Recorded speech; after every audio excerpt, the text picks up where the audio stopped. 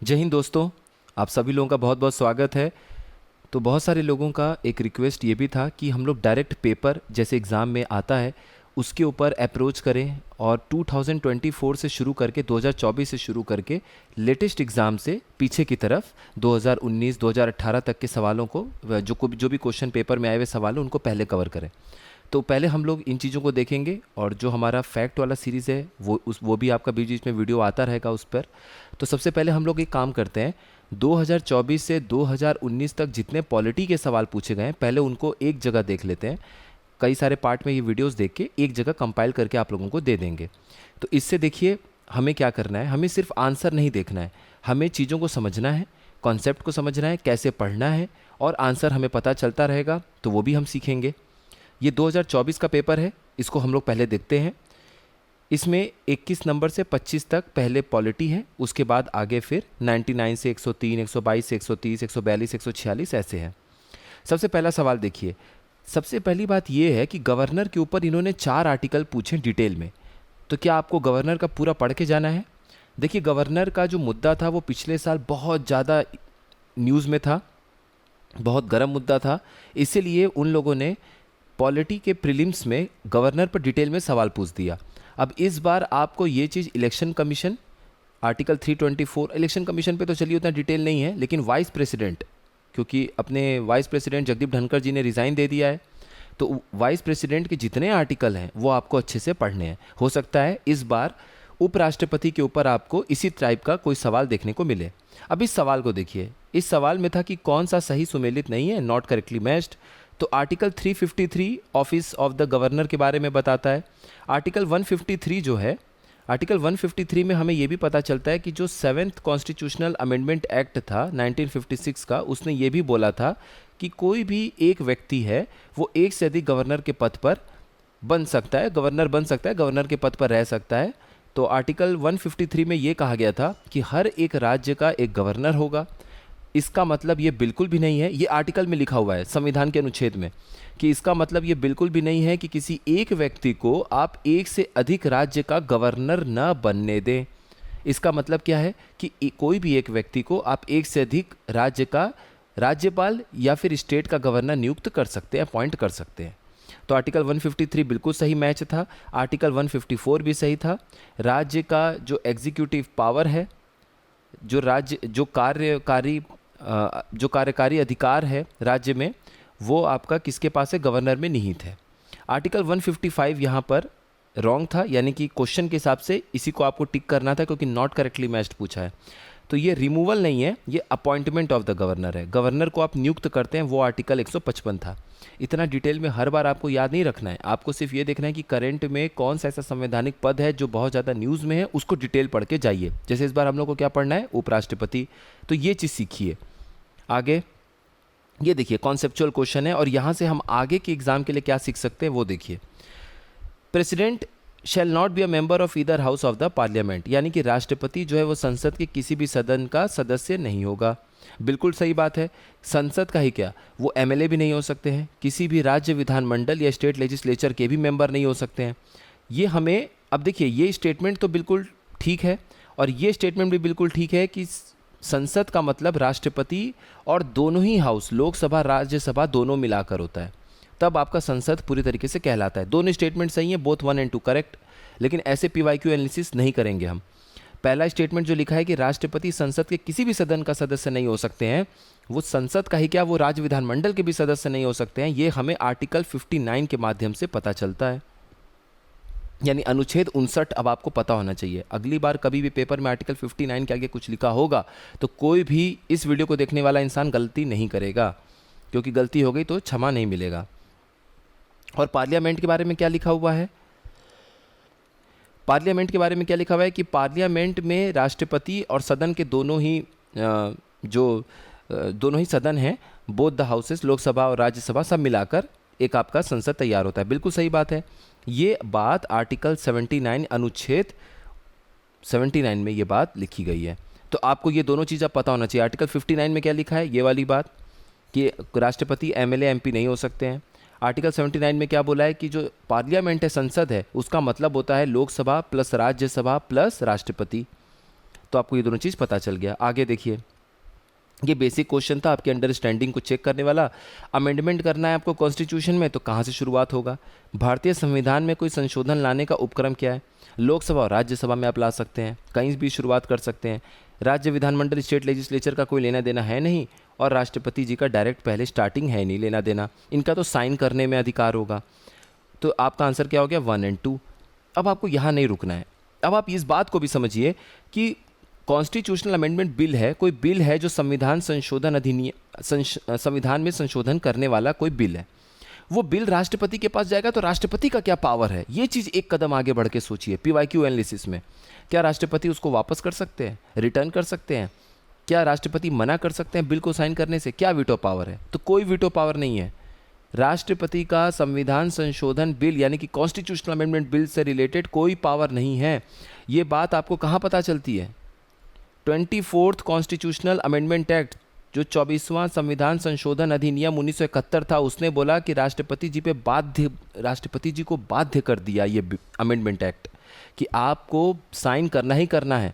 आपके पास constitutional amendment bill, संविधान संशोधन अधिनियम, संविधान संशोधन बिल अगर आपके पास जाएगा, राष्ट्रपति महोदय जी आपको साइन करना ही करना है, उसमें आपका कोई वीटो पावर नहीं चलेगा। ये बात हमें 24th कॉन्स्टिट्यूशनल अमेंडमेंट एक्ट 1971 से पता चलता है। तो देखिए, ऐसे चीज़ों को आपको समझना है, पढ़ना है। अब यहाँ से रिलेटेड कभी कोई क्वेश्चन घुमा के पूछ दिया तो आप बिल्कुल ठीक कर पाएंगे। 4 मैच द फॉलोइंग में 24th कॉन्स्टिट्यूशनल अमेंडमेंट एक्ट भी लिखा होगा, तो अब आप वहाँ पर इस बात को तुरंत स्ट्राइक करेंगे। अब इस क्वेश्चन को देखिए कैसे आपकी अंडरस्टैंडिंग चेक करता है। देखिए होता क्या एग्जाम में, ये क्वेश्चन जिनके शुरू के आधे घंटे में आया होगा वो तो बड़े इत्मीनान से पढ़ के 3 स्टेटमेंट को सही किए होंगे। जिनके आखिरी के 10 सवाल में, 15 सवाल में ये रहा होगा, वो जल्दी जल्दी में ऑप्शन टिक करेंगे। इसलिए अंत तक धैर्य बनाए रखना बहुत ज़रूरी है, और एग्ज़ाम सेंटर के बाहर से पेपर को एनालिसिस करना बहुत आसान होता है। इसलिए जो लोग वहाँ जाके पेपर देते हैं उनको पता होता है कि कट ऑफ क्यों नहीं बहुत ऊपर जाती है और नंबर कैसे सिली मिस्टेक्स में कटते हैं। इस क्वेश्चन में लिखा है कि इलेक्शन कमिश्नर जो हैं अपने देश के, उनका मेन फंक्शन क्या है? चुनाव कराना, स्पीकर के पद का, डिप्टी स्पीकर जो लोकसभा के हैं उनका इलेक्शन कराना, डिप्टी चेयरमैन जो है राज्यसभा का उनका इलेक्शन कराना, बिल्कुल भी नहीं।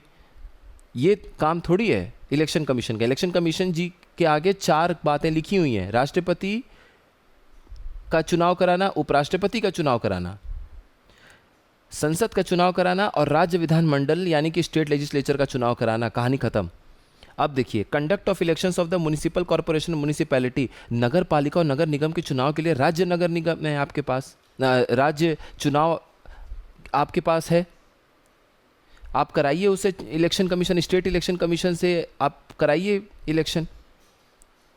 आगे देखिए, ये नहीं है, मतलब ये भी नहीं है। Deciding on all doubts and disputes arising out of the above elections, उपर्युक्त निर्वाचन से उत्पन्न सभी संदेह और विवादों का निर्णय नहीं, ये नहीं करते, ये तो सुप्रीम कोर्ट करेगा।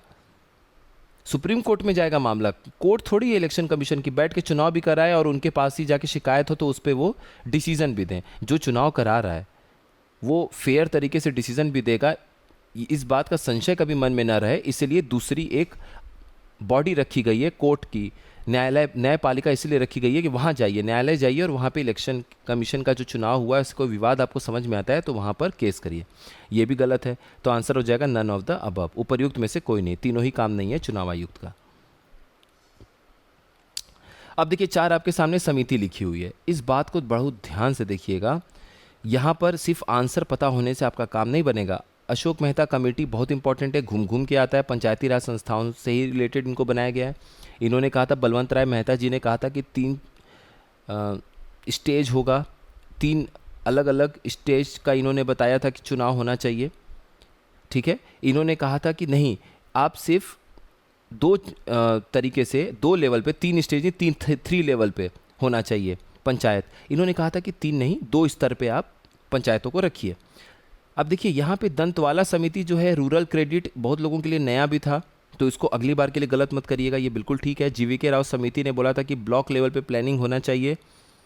संथानम समिति ने कहा था पंचायती राज फाइनेंस से रिलेटेड, इन्होंने एक बात बोली थी कि स्टेट फाइनेंस कॉरपोरेशन होना चाहिए। इन्होंने कहा था कि स्टेट पंचायती राज फाइनेंस कॉरपोरेशन होना चाहिए, यानी कि राज्य पंचायती राज वित्त निगम का गठन होना चाहिए, ये बात संथानम समिति ने कही थी। तो अब यहाँ पर बड़ा विवादित था ये सवाल, कायदे से आप देखेंगे तो ये चारों ही सही है। क्योंकि संथानम समिति पंचायती राज के फाइनेंस पे नहीं बात कर रही है, ये बात बोल रही थी कि राज्य के फाइनेंस कॉरपोरेशन का इन्होंने बोला था कि हाँ राज्य पंचायती राज वित्त निगम की स्थापना की जाए। अब अगर आयोग ने ये माना कि ये सिर्फ पंचायती राज फाइनेंस से रिलेटेड बोल रहे हैं, तब तो ये ऑप्शन हो जाएगा कि ये गलत है। लेकिन अगर वो फाइनेंस कॉरपोरेशन जो इन्होंने वित्त निगम जो स्थापित करने की बात की थी राज्य स्तर पे पंचायतों के लिए, उसको अगर आयोग सही मानता तो ये ऑप्शन भी, ये क्वेश्चन ही डिलीट हो जाता। तो कायदे से इस तरह का सवाल जल्दी बनाना भी नहीं चाहिए, बट ठीक है, आयोग आयोग हैं। अब देखिए क्वेश्चन नंबर हम लोग 99 पर चलते हैं सीधा। तो वहाँ पर हम लोग पॉलिटी को आगे के क्वेश्चंस को देखते हैं। ये देखिए यहाँ से अब शुरू होता है। कौन सा ऐसा फ्रीडम है जो कि आर्टिकल 19 के तहत गारंटी नहीं दी जाती है? Freedom to assemble peacefully and without arm, शांतिपूर्वक तथा बिना शस्त्रों के एकत्र होने की स्वतंत्रता। यहाँ पर सीधे देखिए freedom to own, acquire and dispose of property, संपत्ति रखने, खरीदने और बेचने की स्वतंत्रता। ये 44th कॉन्स्टिट्यूशनल अमेंडमेंट एक्ट 1978 इसके तहत जो है इसको ख़त्म कर दिया गया है। तो अब ये नहीं है, ध्यान रखिएगा। अगला देखिए गवर्नर जी फिर से घूम कर आ गए। यही होता है, अब जैसे उपराष्ट्रपति हैं, इलेक्शन कमीशन है, कम से कम 4-5 सवाल हो सकता है आपको वाइस प्रेसिडेंट और इलेक्शन कमीशन के ऊपर ही इस बार देखने को मिल जाए। अब देखिए इसमें क्या लिखा है, भारतीय संविधान के हिसाब से एक व्यक्ति एक ही समय में 2 अथवा 2 से अधिक राज्यों के राज्यपाल के पद पर कार्य नहीं कर सकता है। रॉन्ग। आर्टिकल 153 बोलता है कि हर राज्य का एक गवर्नर होना चाहिए, एकदम सही।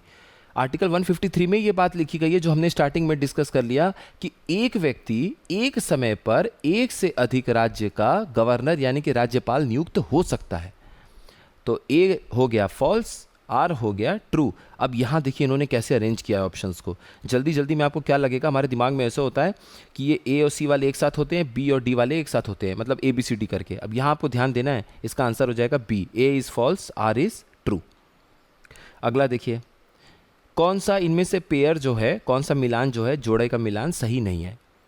अब आप आराम से ध्यान दीजिए, आपका नज़र जब डी ऑप्शन पर जाएगा, altering the name of a state, power of a state legislature, किसी राज्य का नाम बदलना राज्य विधानमंडल की शक्तियां हैं, नहीं है। आर्टिकल 3 आप पढ़िए, आर्टिकल 3 पढ़ने के बाद आपको खुद समझ में आएगा। अब आपको क्या करना है, इस क्वेश्चन को देखने के बाद आर्टिकल 2, आर्टिकल 3, आर्टिकल 4 ये तीनों पढ़ना है। अभी मार्क कर लीजिए कि ये तीनों पढ़ना है आपको। ये हम नेग्लेक्ट करते हैं, ध्यान नहीं देते हैं, बट इसी में से क्वेश्चन आता है। अब देखिए आपके सामने 4 अनुच्छेद हैं। अनुच्छेद आपको महत्वपूर्ण जो भी संस्थाएं हैं, संवैधानिक संस्थाएं, कॉन्स्टिट्यूशनल बॉडी हैं, उनका एकदम टिप पे होना चाहिए। आंख बंद करके अगर नींद में भी कोई आपको ऐसे हिलाते डुलाते पूछे कि बताओ जरा कैग का, कंट्रोलर ऑडिटर जनरल का कौन सा आर्टिकल है, तो तुरंत मुंह से निकल जाना चाहिए 148 है कि क्या है, तुरंत।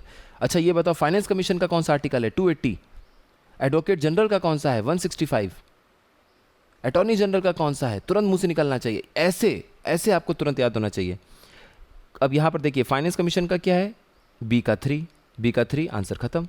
अब यहाँ पर आपको दिमाग नहीं लगाना है। जब एग्जाम में, अभी आप जब पढ़ेंगे तो पूरा रिवाइज करेंगे, जब एग्जाम में आप लगाएंगे एक भी सही बैठा आगे बढ़ जाइए टिक मार के, पूरा मत चेक करिए, जो टाइम बचेगा वो अगले क्वेश्चन पे लगाइएगा।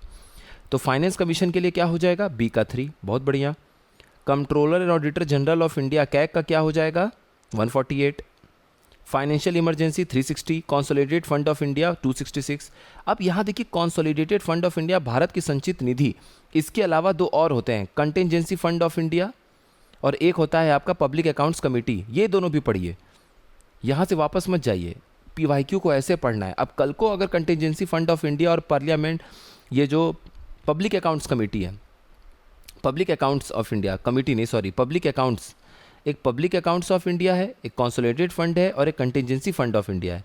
ये तीनों आप पढ़ लीजिए, कहीं पर भी घूम फिर के पूछेगा आपको पता हो जाएगा। कंटिजेंसी फंड के लिए आर्टिकल 267 में आपको पढ़ना है, 266 क्लॉज 1 में कॉन्सोलिडेटेड फंड ऑफ इंडिया है यानी कि भारत का संचित निधि है, और आर्टिकल 266 क्लॉज 2 की बात करेंगे तो उसमें आप लोग पब्लिक अकाउंट्स है। पब्लिक अकाउंट्स में वो पैसा जाता है जो सरकार पब्लिक के लिए जवाबदेही है वो पैसा। अब जैसे आपका प्रोविडेंट फंड कटा तो आपको गवर्नमेंट वापस करेगी ही एक दिन, लेकिन आप टैक्स पे कर दिए तो आप डायरेक्ट गवर्नमेंट से ये नहीं बोल सकते हैं कि आपको पिछले 2 साल में 5 लाख रुपए इनकम टैक्स दिए, जरा बताइए कहाँ दिए हैं आप, मेरा पैसा कहाँ रखे हैं। ये गवर्नमेंट से आप सवाल नहीं पूछ सकते। गवर्नमेंट बोलेगी राष्ट्र हित में खर्चा कर रहे हैं सबका पैसा मिला के, आप गवर्नर हैं क्या कहीं के कि आपको जवाब दें। लेकिन आप पब्लिक अकाउंट्स में वो सरकार पैसा रखती है जिसके लिए उनके ऊपर बाध्यता है वापस करने का। प्रोविडेंट फंड सबका आप काट रहे हैं पैसा, तो आपको एक दिन वापस करना ही है। उसमें गवर्नमेंट नहीं बोलेगी कि देखो तुम्हारा प्रोविडेंट फंड जो है वो राष्ट्र हित में लगा दिए हैं तो खुश हो जाओ इस बात पे। आप बोलेंगे ये क्या मजाक है, मेरा पैसा पूरा दो, हम इनकम टैक्स में कटवाएंगे।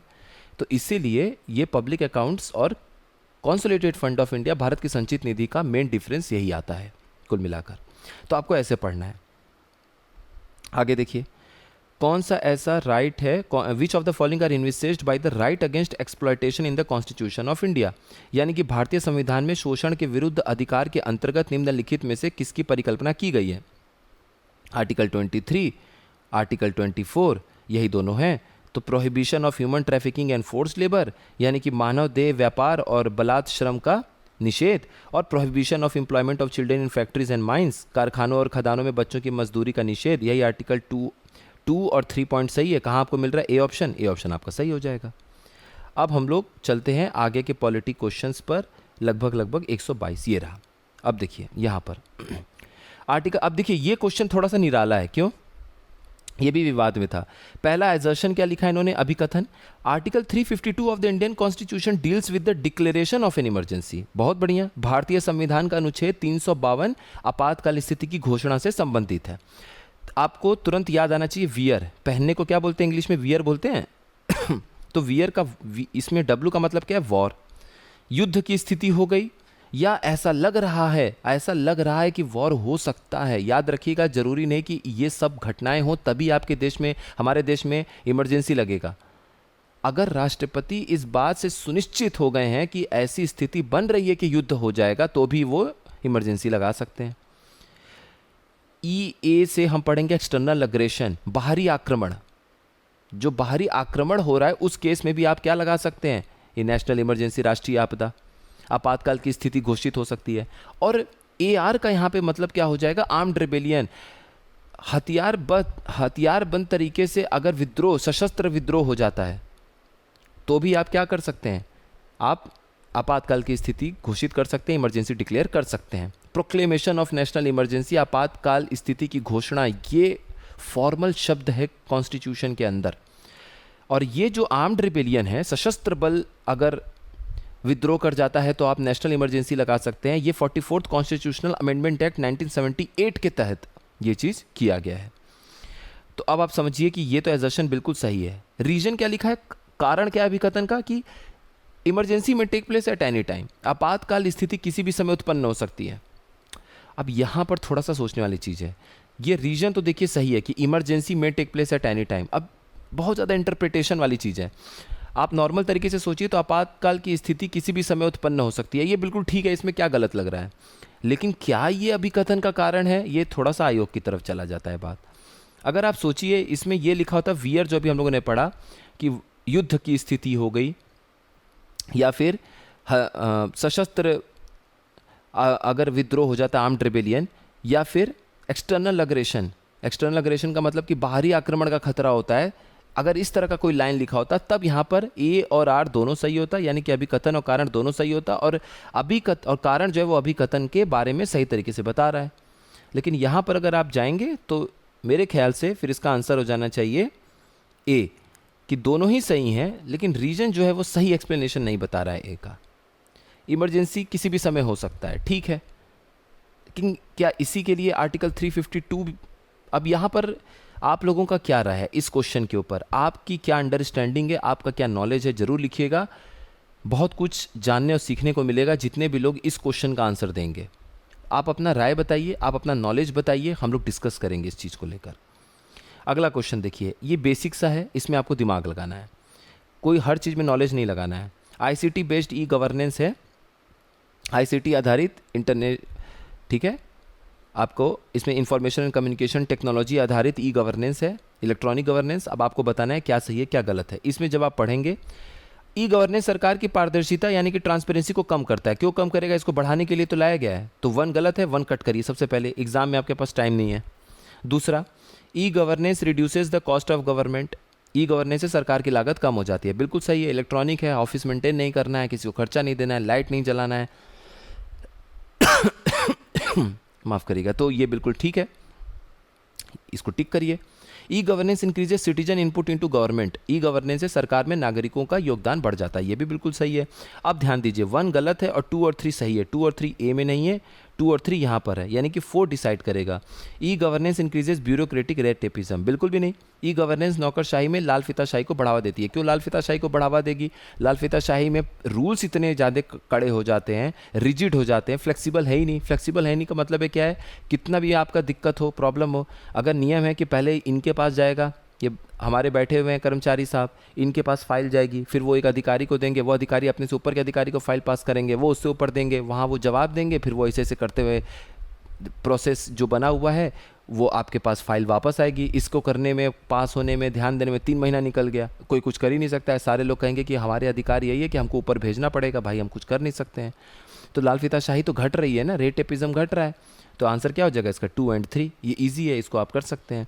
इस तरह के क्वेश्चन को देखिए आपको क्या करना है। अचानक से ये क्वेश्चन एग्जाम में आ गया, क्या करेंगे आप?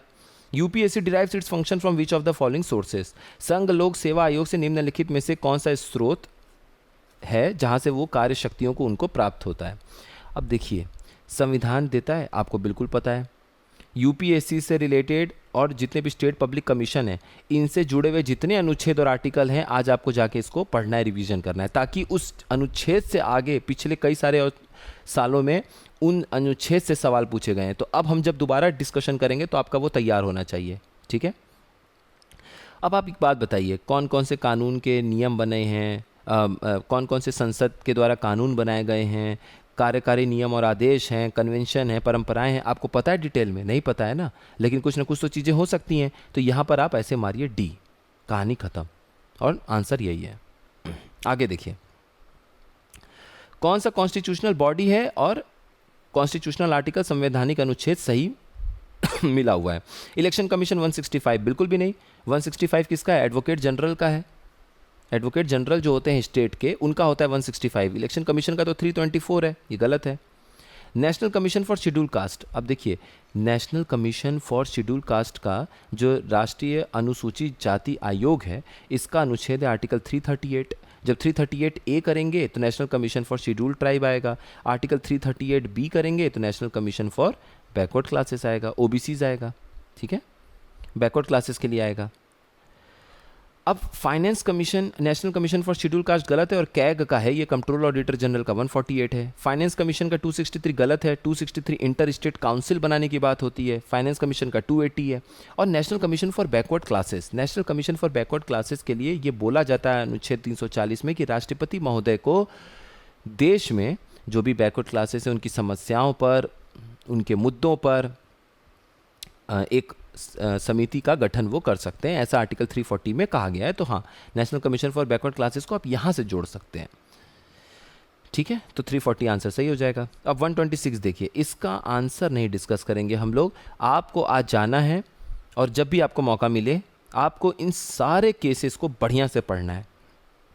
यहाँ से आपसे हमेशा क्वेश्चन पूछा जाता है और आपको ये चारों के चारों अच्छे तरीके से पढ़ना है, इस बारे में ध्यान रखिएगा। और अब फाइनली हम लोग आगे बढ़ते हैं, आखिरी में 142 से 146। ये अब देखिए, यहाँ पर एक क्वेश्चन है, भाषाई अल्पसंख्यकों के लिए विशेष अधिकारी, उसके संदर्भ में सवाल पूछा गया, यानी कि special officer for linguistic minorities, ठीक है। क्या पहला लिखा हुआ है कथन? In the constitution there is a provision for the post of special officer for linguistic minorities for every state. संविधान में प्रत्येक राज्य हेतु भाषाई अल्पसंख्यकों के लिए विशेष अधिकारी के पद का प्राविधान किया गया है। अब देखिए, यहाँ पर आपके लिए एक होमवर्क है। Special officer for linguistic minorities के लिए आर्टिकल 350 में ये बात कही गई है। अब आप इतना बताइए कि क्या हर राज्य के लिए ये बताया गया है या पूरे देश के लिए एक स्पेशल ऑफिसर होना चाहिए लिंग्विस्टिक माइनॉरिटीज़ के लिए? ये आपको आज सर्च करना है। और जो लोग यहाँ तक पहुँच चुके होंगे वीडियो में, प्लीज़ आप रिप्लाई ज़रूर करिएगा। आप लोगों को स्पेशल थैंक्स बोलकर आपके कमेंट को पिंड किया जाएगा, क्योंकि आप लोग सच में डिज़र्व करते हैं, जो लोग पेशेंस के साथ यहाँ तक चीज़ों को समझ रहे हैं। अगला में इस वाले लाइन में आप लोगों के लिए हेल्प कर देते हैं। New article 350B was added for this by the 9th constitutional amendment act. यानी कि ये जो भाषाई अल्पसंख्यकों के लिए एक विशेष अधिकारी है, इनके लिए जो प्रावधान है संविधान में, वो अनुच्छेद 300B के तहत जोड़ा गया, यानी कि आर्टिकल 350B में जोड़ा गया है, लेकिन वो 9th कॉन्स्टिट्यूशनल अमेंडमेंट एक्ट के तहत नहीं जोड़ा गया है। ये 7वां जो संविधान संशोधन अधिनियम है 1956 का, उसके तहत इसको जोड़ा गया है। ये बात याद रखिएगा। आप देखिए, कुछ इंपॉर्टेंट कॉन्स्टिट्यूशनल अमेंडमेंट एक्ट हैं जिसमें आपको 7th भी पता होना चाहिए, जिसमें आपको 42nd भी पता होना चाहिए, जिसमें आपको 44th भी पता होना चाहिए, 24th पता होना चाहिए 1971 का, और 85th कॉन्स्टिट्यूशनल अमेंडमेंट एक्ट पता होना, 52nd कॉन्स्टिट्यूशनल अमेंडमेंट एक्ट पता होना चाहिए, 97th कॉन्स्टिट्यूशनल अमेंडमेंट एक्ट पता होना चाहिए, 86th पता होना चाहिए, और 99 से लेके अभी तक जितने कॉन्स्टिट्यूशनल अमेंडमेंट एक्ट हुए हैं उनके बारे में आपको पता होना चाहिए। ये वाला होमवर्क पता है ना 142 में क्या पूछा गया है। 143 में आपको क्या करना है, कॉन्करेंट लिस्ट जाके चेक करनी है। इस आंसर को जानने से कोई मतलब नहीं है। 143 में आप जाएंगे, कॉन्करेंट लिस्ट चेक करेंगे, उसकी लिस्ट बनाएंगे और अपने पास रख के उसको पढ़ेंगे। 144 में फातिमा बीवी, जो कि पहली वुमेन जज थी सुप्रीम कोर्ट की, उनके ऊपर आया था डिटेल, क्योंकि ये उस समय पिछले हिसाब से करंट अफेयर के हिसाब से न्यूज़ में थी, इनका डेथ हुआ था।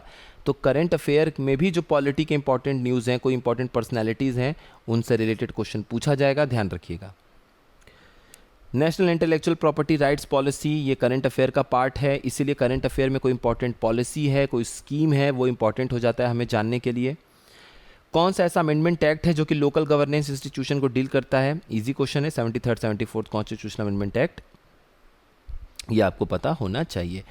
तो उम्मीद करते हैं कि अब आप लोगों को कुछ आइडिया मिला होगा, कॉन्फिडेंस बढ़ा होगा। अब हम लोग नेक्स्ट ईयर का जो 2023 के पेपर का पॉलिटी का क्वेश्चन है उसको अच्छे से देखेंगे। आप सभी लोगों का बहुत बहुत धन्यवाद।